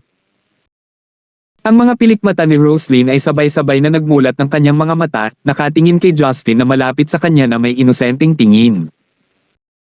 Nakahinga ng maluwag si Justin nang makita niyang gumaling na si Roslyn. Naningkit ang mga mata ni Roslyn habang inaalala ang mga nangyari hanggang sa puntong ito. Sa tingin ko, nagkaroon ako ng panaginip. She mumbled. Ganun ba? Mukhang naalala mo pa ang ilan, ano ang napanaginipan mo? You were standing in front of me. Gusto kitang tawagan at yakapin pero wala akong magawa, parang nawalan ako ng kontrol sa katawan ko. Binuhat siya ni Justin at hinaplos ang kanyang pisngi. Bakit ka napunta sa isang rural na lugar na ganito? Sino ang nakakaalam kung ano ang maaaring nangyari sa iyo kung dumating ako sa ibang pagkakataon? Inirapan siya ni Justin. Ngumiti si Roslyn sa kanya. Hindi ko na masyadong inisip. Nag-search ako online at sabi nila medyo mapayapa ang lugar na ito at hindi matao, kaya naisip ko kung ano ang masama. Nagtanong-tanong ako sa ibaba ng bundok at ang sabi ng mga taga roon ay isang kagalang-galang na tao ang guro, kaya naisip kong maaari akong tumuloy dito sandali. Hindi ko inaasahan na gagawin niya ito sa akin. Huwag ka nang kumilos ng walang ingat.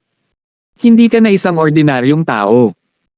Karamihan sa mga magsasaka ay susubukan na dukutin ka kapag nakita ka nila. Kailangan mong maging mas maingat. Alam ko, pero masaya akong makita kang nag-aala sa akin. Pinisil ni Justin ang kanyang ilong. Nag-aalala lang, malapit na akong mawala sa isip ko nang parang hindi mo na ako naalala. Talaga? Paano kung isang araw na wala ang alaala ko at nakalimutan kita? Tatanggapin mo na lang ba? Si Justin ay mukhang nalulungkot. Sa halip ay nagpout si Roslyn. Sobrang saya ko. Ano? Nalito si Justin. Kinagat niya ang kanyang labi at sinabing, magkakaroon ako ng pagkakataon na makatakas sa iyo kung nagka-amnesia ka. Hindi ko na kailangang makipag-away para sa iyo kung gayon. Natuwa si Justin. Ito ay isang katawa-tawa na paraan ng pag-iisip, ngunit ito ay ginawa sa kanya lalo na nagsisisi at walang magawa. Hinaplos niya ang mga pisngi nito at inaliw siya ng malumanay na boses. Ay pangako mo sa akin, subukan mong pag-usapan ang anumang bagay sa akin bago magpasya. Hindi mo kailangang mag-ingat sa kung ano ang ginagawa ko o kung sino ang kasama ko. Gagawin ko ang lahat para matupad ang iyong mga hiling, maging ito ay sabay-sabay na mag-almusal o mamili, o kahit na gusto mo akong makipag-chat sa iyo. Isipin ang iyong kaligtasan. Bakit ba bigla-bigla na lang ang pinag-uusapan nyo? Ipinapamukha niyo sa akin na sobrang nakakaawa. Lumabas lang ako para mag-isa. Pumalaklak si Roslyn. Hindi ako nagbibiro. Seryoso ako, seryosong sabi ni Justin. Saglit siyang tinitigan ni Roslyn bago tumango. Sumandal siya sa dibdib nito at tinanong siya, tapos na ba ang kasal? Kailan ka bumalik sa Stonegate? Napakamot ng ulo si Justin at mapait na ngumiti. Maglakad muna tayo. Maraming nangyari nitong mga nakaraang araw at kailangan kong ipaalam sa iyo ang tungkol sa ilang mga bagong pagbabago. Ang iyong paglilinang. Mukhang kailangan nating pabilisin ang mga bagay-bagay. Nagulat si Roslyn. Hindi niya maintindihan ang ibig sabihin nito at nataranta noong unang, ngunit naisip niyang hindi ito simpleng bagay, kaya sumunod siya ng masunurin. Ang langit ay hindi magdidilim ng ilang sandali dahil ito ay unang bahagi ng Setyembre pa, kaya't kasama ang papalubog na araw bilang kanilang background, naglakad sila pababa ng bundok habang kinuwento sa kanya ni Justin ang nangyari nitong mga nakaraang araw. Bahagyang bamuka ang kanyang bibig na nanlaki ang mga mata nang marinig niya na si Justin ay nagbabalak na labanan si Hongmeng at ang mga nakatagong angkan at napinatay niya ang dalawa sa kanilang mga messenger. Kinakabahang tanong ni Justin, "Rose baby, sa tingin mo ba masyado akong mabisyo?"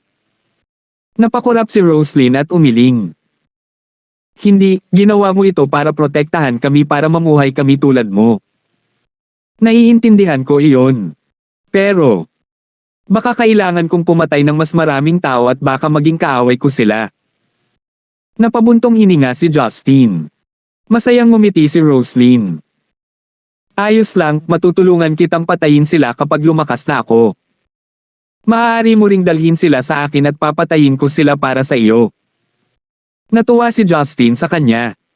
"Ito ang pinakagusto ko sa'yo. Pumapatay lang sa mahihina, ganyan ang takbo ng mundo. Mamamatay ang mga tumatangging makipagtulungan. Sila ang may kasalanan kung bakit hamarang sa daraanan ko. Hindi ako maawa para hindi ka mag-alala." "Ma, naniniwala ako sa iyo," mahinang sabi ni Roslyn. Tumingin si Justin sa kanyang kumikinang na mga mata. Nanatili ang kanyang paglalamang ngunit naroon din ang katahimikan at katahimikan sa kanyang titig. "Rose baby, mukhang nakarating ka na sa isang bagong kaharian. Dadalhin kita ng body pills at kung gagamitin mo ito ng tama, siguradong papasok ka sa innate stage." Hindi maitakpan ni Roslyn ang saya. "Hobby, naintindihan ko ang natutunan ko sa burol. Naliwanagan ako ng thunderstorm pero hindi mo masasabi, tama ba ako?" Ngumiti si Justin. Napatango si Roslyn sa frustration. "Hindi ko lang masabi. Marami akong naintindihan pero hindi ko alam kung paano ito ay describe. Tama, iba-iba ang pangunawa ng lahat sa Tao. Hindi ito mailalarawan sa salita." Napabuntong hininga si Justin. "Si Lola yan mula sa angkan ng Gibson, ang kinuwento ko sa iyo.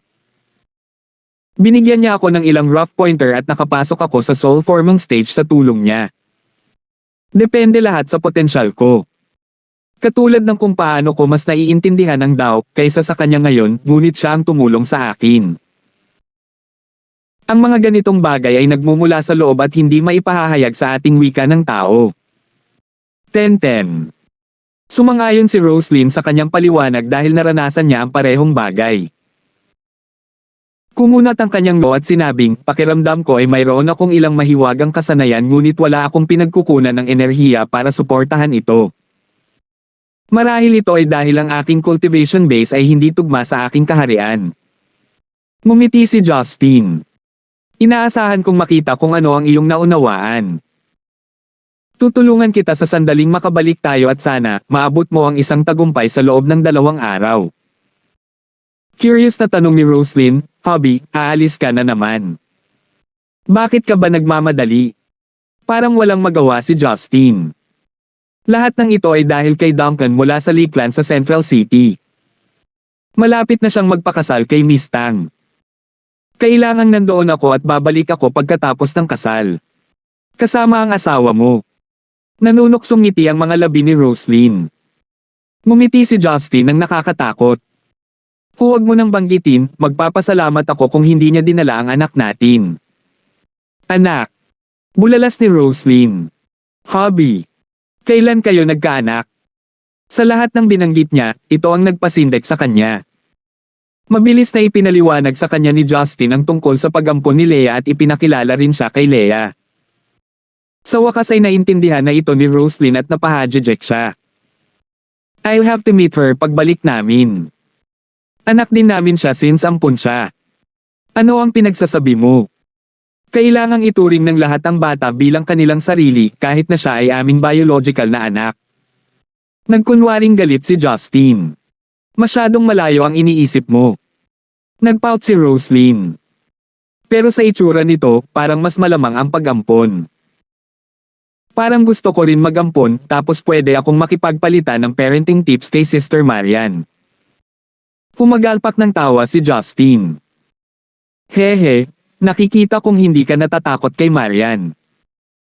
Kinakabahan si Angsen sa harap niya kapag madalas siyang tuso. Napahawang ang labi ni Roslyn. Walang dapat ikatakot, di ba sabi mo may 1-year contract ka sa kanya? Well, yun ang napagkasunduan namin pero halos 1 taon na. Dapat matapos na sa susunod na Marso at September na ngayon. Napabuntong hininga si Justin. Napakabilis ng oras, ngunit sa palagay ko ay wala nang gagawin si Marian dahil lahat tayo ay nagbago. Tumango si Roslyn. Dapat tayong kumilos ng mas mabilis. Dapat ay malapit nang umalis si Talia sa trabaho at ang iyong biyenan ay dapat na bumalik kaagad. Uminit ang ulo ni Justin nang marinig niya ang tungkol kay Hilda. Ngunit kung ikukumpara kay Jiang Shan mula sa angkan ng Kai, siya ay isang mas mabuting tao na nagpabuti ng mga bagay para kay Justin. Ilang oras pa bago maibalik si Roslyn at gabi na rin nang makarating sila sa bahay. Alam ni Talia na uuwi si Justin kasama si Roslyn kaya hiniling niya sa kanyang ina na bumili ng ilang sariwang sangkap sa kanyang pag-uwi. Naghahanda na sila ng hapunan sa kusina nang pumasok sila sa pintuan. Masayang lumapit si Talia kay Roslyn at pinunasan ang kanyang mga kamay sa kanyang apron bago niyakap si Roslyn. Sa wakas nakabalik ka na, nagkaproblema ka ba dyan? Naging mas mahigpit ang kanilang relasyon ngayong matagal na silang nagsasama. Tumango si Roslyn at sumagot sa kanya, "I'll tell you later over dinner, I'm fine now." Sa kabilang banda, tumahimik si Hilda at sinabing, "Justin, hindi ako sigurado kung gaano ka kabisi at kahit hindi tayo dumalo sa kasal mo, hindi ka dapat lumayo ng matagal." Nagsimulang mamuo ang pawis sa noo ni Justin nang marinig niya iyon. Mukhang may hinanakit pa siya sa katotohanang hindi makakasal ang kanyang anak. Tumango siya bilang paggalang. "Tama po kayo, Nay, ugali ko lang po, nakakalimutan ko na po kayong tawagan." Nais lang sana ni Hilda na bigyan siya ng isang magaan na paalala dahil dumating na ang mga bagay sa puntong ito kaya sumama na lang siya sa kanyang palusot. Sinenyasan niya si Justin na maupo bago magbuhos ng tsaa para sa kanya. Bihira lang siyang maghapunan kasama ang dalawa niyang manliligaw at biyenan na nagpainit sa loob niya. Bagamat hindi talaga ipinakita ni Hilda, inaalagaan pa rin niya ang kanyang manugang, na naghahain paminsan-minsan ng mga ulam at gumawa pa siya ng 2 kalderong kanin para dito. Sa kabutihang palad ay nagkaroon ng malaking gana si Justin kaya karamihan sa mga pagkain ay natapos na. Gayunpaman, hindi makangiti si Hilda sa kanya dahil naiinis pa rin siya kay Justin. Nalaglag ang puso niya nang marinig niya na nagampon si Maria ng isang bata. "Justin, kailangan mong tiyakin na ang anak ni President Lin ay hindi mambubuli sa iyo at sa anak ni Talia." Nag-aalala na si Hilda sa kanyang magiging apo. Si Justin ay napahiya samantalang ang mukha ni Talia ay pula. "Nay, ano bang pinagsasabi mo? Malayo pa ang lalakarin natin." Siya ay ganap na nahihiya. Mabilis na sumingit si Justin. "Nay, masyado kang nag-iisip. Mas gusto ni Maria ng mga bata kaysa sa akin. Mamahalin niya silang lahat anuman ang kanilang kapanganakan na ina. Naniniwala ako. Nabalitaan ko kay Talia na nakikipag-charity work na siya sa matandang presidente mula pa noong bata pa siya. Nag-volunteer pa siya noon sa orphanage. Sayang naman at nakasama ka niya." Umiling si Hilda at bumantong hininga. Bumagsak ang mukha ni Justin. Bakit niya pinatunog na si Marian ay malayo sa kanyang liga? Ngumisi si Talia. "Ma, ano pong pinagsasasabi niyo? Paano niyo po nasasabi yan sa manugang mo?" Hinampis ni Hilda ang ulo ng kanyang anak gamit ang kanyang chopstick. "Ikaw tanga na babae, maaari kang magkaroon ng kasal kung hindi nahulog si President Lin sa kanya." Inilabas ni Talia ang kanyang dila. "Kahit hindi nahulog si Marian sa kanya, andyan pa rin si Ate Roslyn sa harap ko. Nauna na sila sa akin." "Totoo ba iyon?" Napatingin si Hilda kay Roslyn na kanina patahimik. Kinagat ni Roslyn ang labi at ngumiti. "Hindi ako magpapakasal kay Justin. Hindi ako tugma sa kanyang asawa. Hindi komportable si Justin." Sinisikap ni Hilda na makonsensya siya at ginawa niya iyon. Wala siyang lakas ng loob na harapin ang mga manliligaw dahil dito. Ngayong naisip na niya ito, kung hindi niya sinasadyang napangasawa si Marian, si Talia ay maaaring naging opisyal na kasintahan niya simula noong una silang nag-date at siya rin ay angkop na kandidato. Gayunpaman, walang mga kung-ungunit sa mundo. Kaya lang gawin ni Justin ang lahat para pangalagaan ang lahat. Habang siya ay ngumingiti bilang tugon sa mga reklamo ni Hilda, isang mag-asawa ang dumaong sa nasunog na yano ni Neri. Nakasuot ng mahabang gown ng babae na may malalamig at eleganteng features ng mukha. Si Master Yano talaga ang nakasuot ng sombrero. Medyo kamukha ng lalaki si Yano pero mas matangkad siya at mas maganda ang pangangatawan. Nakasuot ito ng itim na gown at mayabang ang mukha. Damn it! Nakaalis na sila, huli na tayo. Inapakan ni Master Yano ang kanyang mga paa dahil sa pagkabigo. Madilim ang mukha ng lalaki. Huwag kang mag-alala, Felix yan. Nakita mo na ang kanyang mukha at sa iyong eidetic memory at ang iyong natatanging kakayahan sa pagguhit, maaari mong ipadala ang mga mula sa rango ng Huang upang hanapin siya. Walang masyadong batang lalaking magsasaka sa Zenica. Sigurado akong may mga bakas sa paligid. Nagliwanag ang mga mata ni Master Yano sa kanyang mga sinabi. Kuya, masyado kang maalalahanin. Mamaya ko na lang iguguhit. Ang dagwang lalaking iyon, ang lakas ng loob niyang sirain ang lugar ko. Hindi pa tayo nakaharap ng ganitong kahihiyan. Sasama ako sa iyo kapag nahanap mo na siya. Ang kapatid ko ay hindi dapat mambobuli ng isang magsasaka lamang. Alam mong ang ating ama ang higit na nagmamalasakit sa kanyang reputasyon, kung alam niyang napahiya ka, mapapahiya rin siya. Pareho tayong mapapaalalahanan. Ano ang kinalaman nito sa kanya? Parang hindi siya Sabi ni Felix or Felicity yan na nasusuklam. Sis, hindi mo masasabi yan. Noon pa man ay may pakialam siya sa iyo at sa kapatid natin. Pwede bang itigil mo na ang awa yan, hindi pa ba sapat ang gulo mo sa pangyayari? Napakunot ng noo si Felix. Kung talagang nagmamalasakit siya sa amin, bakit niya ako papansinin sa loob ng maraming taon? Hindi man lang siya nag-abalang hanapin ang kapatid namin. Ikaw, ganoon ba kahirap para sa iyo na kilalanin ang sarili mong mga pagkakamali? Ang boses ni Felicity ay naging malamig.